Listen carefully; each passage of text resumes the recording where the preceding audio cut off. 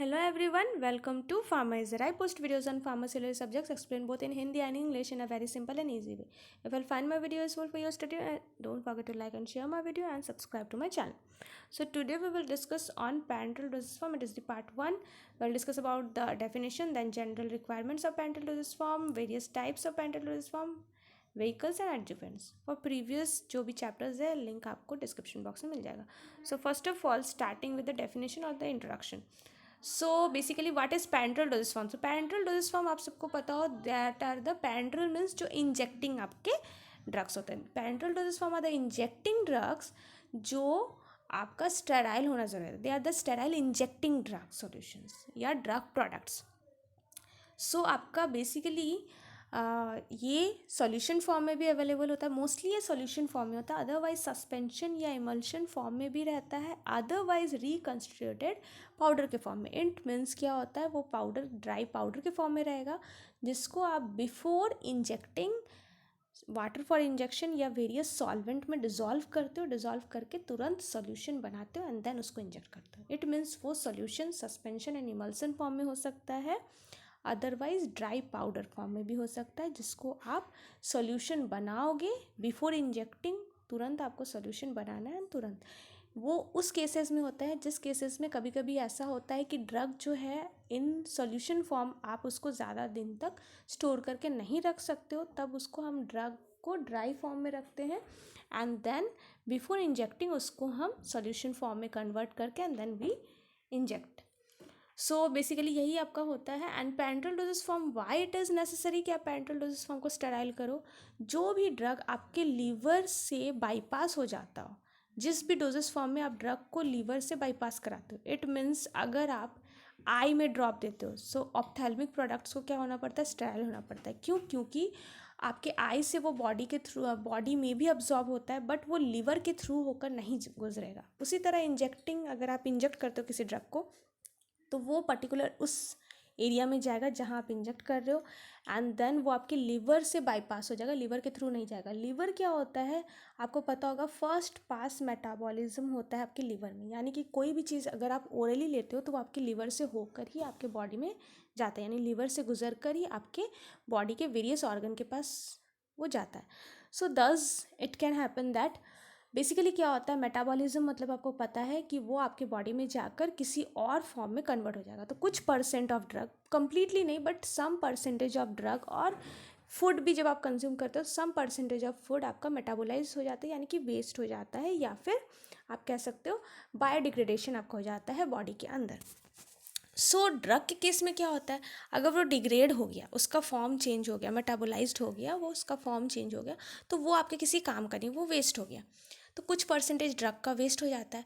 And इसी में आपका ये भी होता है कि अगर आप ओरली कोई चीज़ ले रहे हो जैसे लाइक टैबलेट, सिरप्स, वहाँ पे स्टेराइल होना उसका इसलिए ज़रूरी नहीं है बिकॉज लीवर में क्या होता है, क्योंकि वहाँ मेटाबॉलिज्म होता है, फिल्ट्रेशन भी होता है. तो मोस्टली क्या होता है कि कोई भी अगर आपका स्टेरिलिटी, ऐसे तो आपका वो क्लीन रहता ही है, प्योर रहता है, प्योरीफाइड रहता है, बट अगर उसमें स्टेरिलिटी नहीं भी है तो वो आपका ओरली है, तो वहाँ पर वेरियस प्रोसेस से होकर गुजरते हुए आपके बॉडी में वो कोई भी अगर आपका अनवांटेड पार्टिकल्स है तो वो रिमूव आउट हो जाता है. बट इंजेक्टिंग के केस में क्योंकि वो लिवर से होकर नहीं गुजरा है, डायरेक्टली वो उस पर्टिकुलर एरिया में आपके जा रहा है, ब्लड स्ट्रीम में जा रहा है, सो स्टेराइल होना ज़रूरी है, otherwise it can cause harm.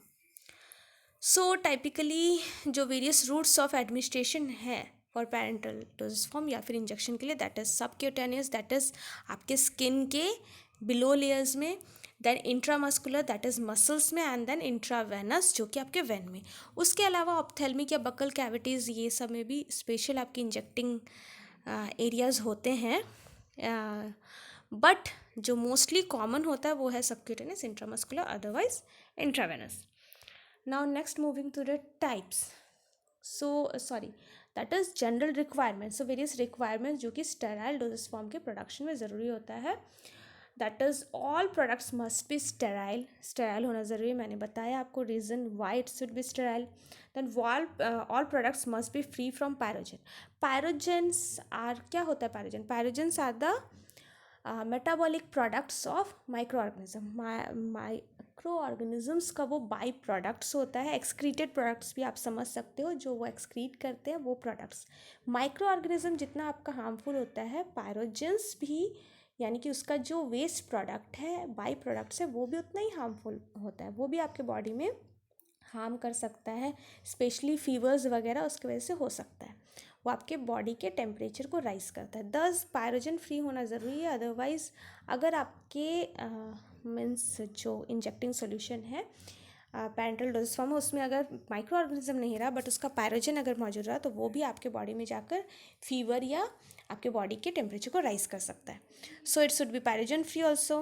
Then they must be free from visible particles, visible dirt particles नहीं होना चाहिए। सस्पेंशन फॉर्म में भी अगर है तो सस्पेंशन में भी पार्टिकल्स का माइक्रो साइज होना चाहिए, कि जिससे क्या हो कि आपका जो पार्टिकल्स है वो नज़र ना आए। मीन्स यहाँ पर आपका सस्पेंशन, नॉर्मल आप सस्पेंशन देखते होंगे जिसमें कि आपका ड्रग का जो पाउडर पार्टिकल्स है वो आपको तैरता नज़र आता है, बट इंजेक्टिंग सस्पेंशंस में उसका बिल्कुल ही माइक्रो साइज होना चाहिए, जिसमें कि आपके पार्टिकल्स बिल्कुल भी विजिबल ना हो, इफ़ एट ऑल वो सस्पेंशन फॉर्म में भी है तो। सस्पेंशन मीन्स का जहाँ पे आपका जो ड्रग है वो सॉल्वेंट में डिज़ोल्व नहीं होता है, इनसॉल्युबल होता है, तो वो क्या होता है, वो तैरता है, बट तैरेगा भी तो आपका ड्रग का जो पार्टिकल्स है उसको उतना छोटा साइज़ का होना चाहिए। देन क्या है, this include reconstituted sterile powder. Sterile powder को भी अगर आप डिज़ोल्व करके सॉल्यूशन फॉर्म में दो, या फिर मान लीजिए सस्पेंशन फॉर्म में भी अगर देते हो, सो इट इज़ नेसेसरी कि आपका जो है उसमें पार्टिकल्स नज़र नहीं आने चाहिए। It should get completely dissolved or completely suspended such and in such size, इतना फाइन उसका होना चाहिए that it is not visible. Now products should be isotonic with the route where it is administered. Means आपका जहाँ पर आप administer कर रहे हो, रूट ऑफ एडमिनिस्ट्रेशन में, वहाँ प्रोडक्ट जा कर के किसी भी तरह का जो है प्रॉब्लम ना क्रिएट करे, वहाँ पे किसी तरह का सेंसिटिविटी रिएक्शन ना हो, वहाँ पर वो जो है आपका एब्जॉर्ब हो प्रॉपरली, किसी तरह का आपको साइड इफ़ेक्ट्स ना नजर आए, ये भी ज़रूरी होता है। Then all products must be stable chemically, physically and microbiologically. जब आप उसको स्टोर करके रखते हो, ऐसे तो उसको आप स्टेराइल कर रहे हो, तो आपको ऐसे प्रोडक्ट को प्रोड्यूस करना है कि वो केमिकली भी उसमें किसी तरह का ऑक्सीडेशन, फोटोलाइसिस या फिर हाइड्रोलाइसिस, इस तरह का कोई रिएक्शन ना हो। देन आपका फिजिकली भी वो स्टेबल होना चाहिए। इट मीन्स अगर वो सस्पेंशन फॉर्म में है तो पार्टिकल्स नीचे सेटल ना हो जाए, अगर वो इमल्शन फॉर्म में है तो उसका oil phase and water phase अलग ना हो जाए, एंड माइक्रोबायोलॉजिकली इट मीन्स आपका माइक्रो ऑर्गेनिज्म ग्रो ना करने लगे। Now moving to the types, various types of classification of sterile doses form और आपका parenteral doses form.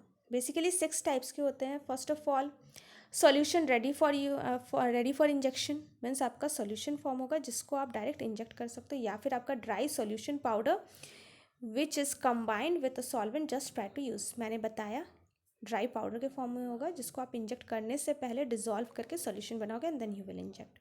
Suspension ready for injection, या फिर सस्पेंशन फॉर्म में हो सकता है जो आप डायरेक्टली इंजेक्ट कर सकते हो, अदरवाइज ड्राई इनसॉल्युबल प्रोडक्ट या फिर insoluble powder ready to be combined with a vehicle just prior to use. तो आपका इनसॉल्युबल पाउडर हो सकता है या इनसॉल्युबल आपका ड्रग प्रोडक्ट होगा जिसको आप व्हीकल या सॉल्वेंट के साथ जो है कंबाइन करोगे एंड यूज़ करोगे। There is difference between the bit number 2 and bit number 4। Bit number 2 में मैंने जो ड्राई सोल्यूशन पाउडर बोला वो आप डिज़ोल्व करोगे, वो सॉल्यूबल होगा, जो डिज़ोल्व होगा सोल्यूशन बन जाएगा। वेर एज बिट 4 में मैं जो बता रही हूँ इनसॉल्यूबल पाउडर या इनसॉल्यूबल ड्रग प्रोडक्ट है, जो सॉल्यूबल नहीं होगा, सस्पेंशन फॉर्म में रहेगा, बट उसका साइज़ इतना फाइन होना चाहिए कि वो विजिबल आपको ना हो, आपको पता ही ना चले कि वो सस्पेंशन है या सोल्यूशन फॉर्म है, क्योंकि आपको पार्टिकल्स विजिबल नहीं होंगे, बहुत ही फाइन पार्टिकल्स होंगे। देन अदर देन दैट आपका emulsion form ready for injection, मतलब डायरेक्टली इमल्शन फॉर्म में रहेगा, सीधे आप उसको इंजेक्ट कर सकते हो। Otherwise liquid concentrates ready for dilute prior to use, या फिर आपका कंसनट्रेटेड लिक्विड होगा, मतलब गाढ़ा लिक्विड होगा जिसको आप डाइल्यूट करोगे, मीन्स उसको आप पतला बनाओगे, then you will inject it. तो ये आपके 6 कैटेगरीज में 6 टाइप में आपको इंजेक्शंस मिल जाते हैं, या फिर parenteral doses form. Next moving to the vehicles.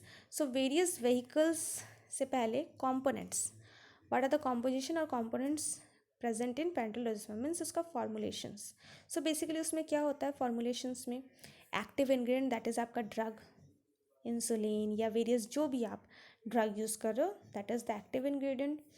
Then आपका additives that is various excipients जो भी आप यूज़ करते हो, जैसे कि आपका मान लीजिए प्रिजर्वेटिव है, एंटीऑक्सीडेंट्स है, बफरिंग एजेंट्स एक्सेट्रा, जो भी आप एडिटिव्स देते हो जिससे कि आपका प्रोडक्ट एनहांस हो, आपका प्रोडक्ट का क्वालिटी इंप्रूव करने के लिए जो भी चीज़ें आप लेते हो, दैट आर द एडिटिव्स और adjuvants. Then vehicle that is solvent, जिस सॉल्वेंट में आप सारी चीज़ों को डिजॉल्व करोगे, that is the vehicles. And then आपका प्राइमरी कंटेनर एंड क्लोजर, जिस कंटेनर क्लोजर में आप सील करते हो, दैट इज़ आपका एम्प्यूल्स, अदरवाइज आपका ग्लास का जो रबर स्टॉपर वाले बॉटल्स होते हैं, देन वेरियस आपके आजकल प्लास्टिक के भी कंटेनर्स होते हैं, बट बेसिकली आपका ग्लास का बॉटल्स रहता है, अदरवाइज आपका एम्प्यूल्स रहता है, glass bottle with rubber stopper या फिर आपका एम्प्यूल्स रहता है। So anyways moving to the vehicles, so vehicles आपके टू टाइप के होते हैं, एक वाटर सॉल्युबल या फिर वाटर ही आपका एज अ सॉल्वेंट रहेगा, या फिर आपका वेरियस वाटर सॉल्युबल या एक्वस सॉल्वेंट्स उसको कहते हैं, या फिर नॉन एक्वस। सो वाटर में आपका वेरियस ग्रेड्स होता है वाटर या फिर एक्वस सॉल्वेंट्स में, जैसे कि वाटर फॉर इंजेक्शन है, स्टेराइल वाटर फॉर इंजेक्शन है, बैक्टीरियोस्टैटिक वाटर फॉर इंजेक्शन, ये आपके वेरियस वाटर के ग्रेड्स हो गए। वेरेज अगर आप एक्वस सॉल्वेंट की बात करें, मतलब जो वाटर सॉल्युबल सॉल्वेंट्स हुए, they are like sodium chloride injection solution, sodium chloride का इंजेक्शन सोल्यूशन, या तो फिर bacteriostatic sodium chloride injection solution. So ये आपका वेरियस ग्रेड्स हो गए। बैक्टीरियोस्टैटिक जो आपका बैक्टीरियाज को डायरेक्ट बैक्टीरिया के ग्रोथ को रोक सकता है, वैसा हो गया। नॉर्मल वाटर फॉर इंजेक्शन में उतना स्टेरिलिटी आपको नहीं नज़र आएगा, जिससे और ज़्यादा फाइन आपको स्टेराइल वाटर फॉर इंजेक्शन में नज़र आएगा। तो ये वेरियस ग्रेड्स हो गए। Whereas bacteriostatic water for injection की अगर बात करें, तो बैक्टीरियोस्टैटिक मतलब कि जो कि आपके माइक्रो ऑर्गेनिज्म अगर उसमें आता भी है कहीं से, तो उसका ग्रोथ स्टॉप हो जाएगा।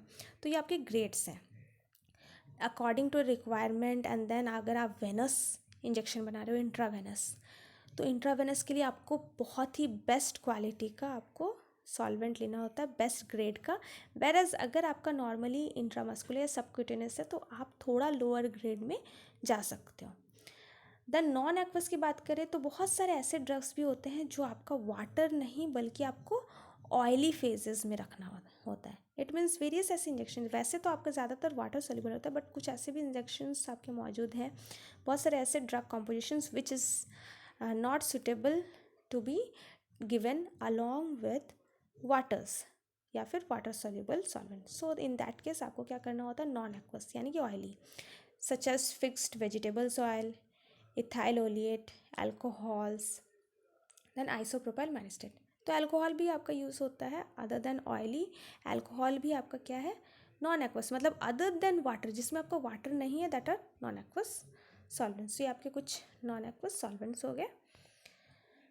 Next moving to the adjuvants, but before that, today's IQ fact. So do you all know our skin sheds 6 lakh particles from the skin every hour, that's 1.5 pound skin every year। जी हाँ, हमारा skin renew होते रहता है, हमारा skin आपको नहीं नज़र आता, बट एवरी आवर हमारे स्किन से 6 लैक्स, एक घंटे में अप्रॉक्स 6 लाख पार्टिकल्स हमारे स्किन से रिमूव होता है, झड़ता है, जो आपको नहीं पता चलता है। एंड ड्यू टू विच अगर पूरे साल का हिसाब लगाए तो 1.5 पाउंड स्किन जो है हमारा रिन्यू हो चुका होता है। आपका ओल्ड में से 1.5 पाउंड स्किन सेड हो चुका होता है in a year. Next moving to the various adjuvants और वेरियस एडिटिव्स जो कि आप एनहांस करने के लिए अपने फॉर्मुलेशन को पैरेंटल डोजेज फॉर्म में मिलाते हो। तो फर्स्ट इज प्रिजर्वेटिव्स, क्योंकि आपको पता है where there are aqueous solvents या फिर वाटर है, तो वहाँ माइक्रो ऑर्गेनिज्म ग्रो करेंगे, एंड लिक्विड डोजेज फॉर्म्स में वाटर रहता ही है generally. So there is a requirement of preservatives, and specially preservative आपको किस केस में ऐड करना होता है, if it is a multi dose container. अगर वो सिंगल डोज है, मीन्स वन टाइम यूज़ के लिए, जैसे एम्प्यूल्स वगैरह में रहता है, एक बार आपने लिया एंड देन आपको उसको फेंक देना है, इन दैट केस मतलब कि एक बार आप लेते हो एंड वो कंटेमिनेट हो जाएगा, और सिंगल डोज के लिए जो होता है, इन दैट केस प्रिजर्वेटिव की ज़रूरत नहीं पड़ती, बिकॉज वहाँ पे क्या होता है कि वहाँ पे आप यूज़ किए, जब तक वो सील है, it is sealed in a proper sterile container, तो वहाँ पे आपका कोई माइक्रोऑर्गेनिज्म नहीं आएगा। ओपन करोगे देन वो एयर के कांटेक्ट में आता है, इन that case only micro organisms का खतरा रहता है।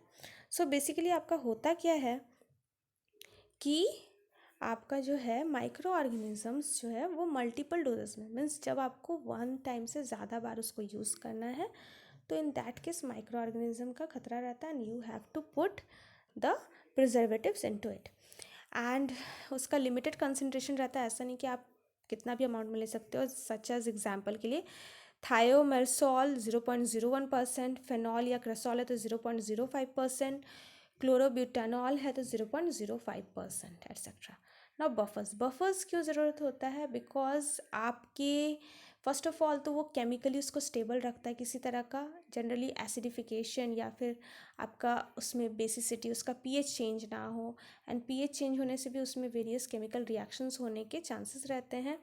सो उससे प्रिवेंट करने के लिए, पीएच को स्टेबल करके रखने के लिए, जितना पीएच है वही मेंटेन रहे, उसके लिए ज़रूरी होता है that you add buffers. Because you know buffers का काम क्या होता है, it prevents the changing of pH of the solution. तो एग्जाम्पल के लिए साइट्रेट एंड एसिटेट बफर्स ले आता है, otherwise sodium benzoate and benzoic acid buffers etcetera. Antioxidants, so antioxidants को क्यों लिया जाता है? Because antioxidant prevent the, specially it prevents oxidation. Oxidation होने के चांसेस आपके बहुत ज़्यादा रहते हैं पीएच चेंज होने से, लाइट के कांटेक्ट में आने से, मतलब फोटोसिंथेसिस के वजह से, फोटोसिंथेसिस नहीं, आई मीन फोटोलाइसिस के वजह से होता है, जो कि लाइट के कांटेक्ट में अगर आपका कंटेनर आता है देन ये हो सकता है सोल्यूशन में। सो वेरियस रीजंस होते हैं। अदरवाइज माइक्रो ऑर्गेनिजम्स भी अगर जाते हैं तो उसके वजह से भी ऑक्सीडेशन होता है, माइक्रो ऑर्गेनिजम्स के वेरियस एंजाइम्स की वजह से। So that is why antioxidant भी एक कंपल्सरी पार्ट होता है वेरियस डोजेस फॉर्म में, वेरियस ड्रग्स में। सो जनरली आपका 2 टाइप्स का होता है। रिड्यूसिंग एजेंट जो बेसिकली क्या करता है, आपका ऑक्सीजन रेडिकल्स, जो फ्री ऑक्सीजन का रेडिकल्स होता है, ऑक्सीजन आयंस, उसको रिड्यूस कर देता है जिससे आपका ड्रग प्रिवेंट हो जाए। अदरवाइज ब्लॉकिंग एजेंट जो आपके ऑक्सीजन रेडिकल्स को ही ब्लॉक कर देता है, ऑक्सीडेशन होने नहीं देता। एक आपका ऑक्सीजन मॉलिक्यूल्स को रिड्यूस करता है, दूसरा आपका ऑक्सीजन मॉलिक्यूल्स को रोकता है। सो एग्जाम्पल के लिए एस्कॉर्बिक एसिड आपका रिड्यूसिंग एजेंट्स में हो गया, अदरवाइज ब्लॉकिंग एजेंट्स में एग्जाम्पल हो गया टोकोफेरॉल। देन आपका सर्फेक्टेंट का अगर बात करें तो सर्फेक्टेंट्स में आपका क्या होता है, वो ऐड किया जाता है if your injection is in suspension form. So suspension form में होने पर तब जो है आपका सस्पेंशन, उसको आपको सर्फेक्टेंट, बिकॉज सर्फेक्टेंट्स क्या करता है, यू ऑल नो, आपके सरफेस टेंशन को रिड्यूस करता है, जिससे क्या होता है कि आपका पार्टिकल्स जो है वो आपका जो है यूनिफॉर्मली डिस्ट्रीब्यूटेड रहे, वो सेटल नहीं होगा। एग्जाम्पल के लिए सॉर्बिटन मोनोओलिएट। नाउ नेक्स्ट आपका moving to tonicity agents. Tonicity agents क्या होता है, आपके आइसोटोनिक, आपके सॉल्यूशन को आइसोटोनिक, क्योंकि आपको पता है कि सॉल्यूशंस जो है वो आपका आइसोटोनिक नहीं हुआ तो आपका क्या हो सकता है, जहाँ पर भी कोई भी सॉल्यूशन, जैसे बेसिकली इंजेक्शंस के केस में ज़रूरी है कि कोई भी सॉल्यूशन जो है वो अगर आपका उसमें टोनिसिटी अगर आप मैच नहीं करते हो, मीन्स जैसे कि आपका मान लीजिए कि ब्लड है, तो ब्लड का जिस तरह का इलेक्ट्रोलाइटिक बैलेंस है उसके जैसा अगर बैलेंस आप मेंटेन नहीं करते हो तो उससे क्या हो सकता है कि उससे आपके बॉडी में सेंसिटिविटी या किसी तरह का रिएक्शन होगा। बिकॉज वहाँ पे क्या होता है, ऑस्मोटिक प्रेशर, टोनिसिटी की वजह से ऑस्मोटिक प्रेशर, आपके सेल के अंदर जो भी फ्लूइड्स है या सेल के बाहर जो फ्लूइड्स है वो एक्सचेंज होता है ड्यू टू ऑस्मोटिक प्रेशर। जब ऑस्मोटिक प्रेशर एक साइड से एक्सर्ट होता है तभी वो जो है पार कर पाता है। एंड दस आपका आइसोटोनिक होना बहुत ज़रूरी है, यानी कि आपका ड्रग भी अगर आपके सेल के अंदर जाएगा देन ही वो अपना काम करेगा। तो उसके लिए ज़रूरी है कि जब आपका ड्रग ब्लड में जा रहा है, ब्लड से वो सेल में जा रहा है, तो जिस तरह से ब्लड का सॉल्यूशन का जो इलेक्ट्रोलाइटिक बैलेंस है वैसा ही आपका ड्रग का भी इलेक्ट्रोलाइटिक बैलेंस होना बहुत ज़्यादा ज़रूरी होता है। सो दैट आपका आरबीसी जो ब्लड में वो कैरी होगा, तो ब्लड में आरबीसी है, रेड ब्लड सेल, उसमें जब वो जाए तो उसको डिस्ट्रक्ट ना करे, जो हाइपर ऑस्मोटिक होने से हो सकता है, या फिर इरिटेशंस होता है वो ना हो, टिश्यू डैमेज ना हो, एंड देन आपका जो है पेन भी होता है। जनरली अगर आपका इंजेक्शन जो है उसमें अगर आपका मीन्स अगर आइसोटोनिक नहीं रहने से क्या होता है, आपको पेन ज़्यादा फील होता है when you inject the solution. Example के लिए डेक्सट्रोज, देन NaCl, ये सारे आपके टोनिसिटी एडजस्टमेंट के लिए आपका एजेंट्स ऐड किया है, जिससे क्या होता है, इनको आप वेरियस कंसनट्रेशन में ले करके आपका जो इंजेक्टिंग सॉल्यूशन है उसको आप क्या करते हो कि उसका टोनिसिटी आप एनहांस करते हो। अगर कम है तो उसको आप इंक्रीज़ करते हो उसका टोनिसिटी, अगर ज़्यादा है तो उसका टोनिसिटी को डिक्रीज़ भी किया जाता है by changing their concentrations of various ions, ताकि इलेक्ट्रोलाइट बैलेंस सेम रहे। चिलैटिंग एजेंट, चिलैटिंग एजेंट्स क्या होता है, आपका वेरियस ऑक्सीडेटिव मॉलिक्यूल्स को या ऑक्सीडेटिव एलिमेंट्स या ट्रेसेस ऑफ मेटल्स को ट्रैप करता है, जिससे क्या हो, ऑक्सीडेशन ना हो। लाइक EDTA, चिलैटिंग एजेंट बेसिकली आपका क्या करता है, एलिमेंट्स या मेटल्स के ट्रेसेस को रिमूव करता है, बिकॉज मेटल्स के ट्रेसेस क्या कर सकते हैं, ऑक्सीडेशन कर सकते हैं। को सॉल्वेंट्स क्या होते हैं, बेसिकली सॉलिबिलिटी इम्प्रूव करता है। अगर आपका ड्रग जो है वो सॉलिबिलिटी नहीं एनहांस कर सकता है, मीन्स उसका अगर सॉलिबिलिटी अच्छा नहीं है, तो उसके वजह से जो है आपका क्या होता है, डिज़ोल्व नहीं होता है आपका particles. And in that case क्या होता है कि अगर आपका पार्टिकल्स डिज़ोल्व नहीं हो रहा है तो आपको ज़रूरत पड़ता है कोसॉल्वेंट का। They increases the solubility of the drug.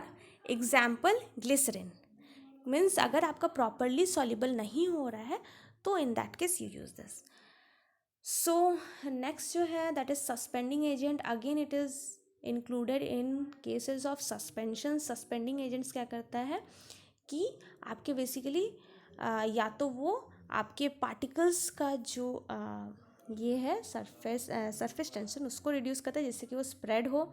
Otherwise solvent को थोड़ा सा और थिक बनाता है, जिससे कि आपका सॉल्वेंट में पार्टिकल्स जो है वो ज़्यादा देर तक फ्लोट कर सके। Example sorbitol, gelatin etcetera. Then emulsifying agents हम ऐड करते हैं in the case of emulsions के केस में इमल्सीफाइंग एजेंट सेम जैसे आपका सस्पेंडिंग एजेंट करता है सरफेस टेंशन को रिड्यूस करने में, उसी तरह इमल्सीफाइंग एजेंट्स भी क्या करता है कि बेसिकली आपका सरफेस टेंशन को रिड्यूस करता है, जिससे कि जो टाइनी ग्लोब्यूल्स है वो आपका यूनिफॉर्मली डिस्ट्रीब्यूटेड रहे, ना कि वो एक अलग लेयर बनाकर ऊपर या नीचे अपना सेटल हो जाए। सो एग्जाम्पल के लिए लेकिथिन, पॉलीसॉर्बेट 80 या फिर वेरियस आपका ट्विन 80, स्पैन 80, स्पैन 40, स्पैन 60, ये वेरियस सर्फेक्टेंट्स ही होते हैं एक्चुअली, जो कि एज ए इमल्सीफाइंग एजेंट्स भी यूज़ होता है। देन बल्किंग एजेंट्स क्या होता है, these are added to freeze dried products में यूज़ करते हैं बल्किंग एजेंट्स। मतलब कि अगर किसी किसी केसेस में आपका जो ड्रग होता है उसको आप फ्रीज ड्राई करके रखते हो, बिल्कुल फ्रीजिंग करके हम उसे ड्राई करते हैं। Okay, so in that case आपको बल्किंग एजेंट्स का ऐड करना पड़ता है, जो कि आपके फ्रीज ड्राइड प्रोडक्ट्स को जो है वेइंग दे, मीन्स एक वॉल्यूम दे। Example mannitol, sucrose, lactose. आपको पता है ये वेरियस थिक आपके सब्सटेंसेस होते हैं जो आपका ड्राई होकर के सेटल करके रखेगा ड्रग को। सो ये आपके वेरियस आपके एडजुवेंट्स हो गए जो वेरियस केसेस में यूज़ होता है।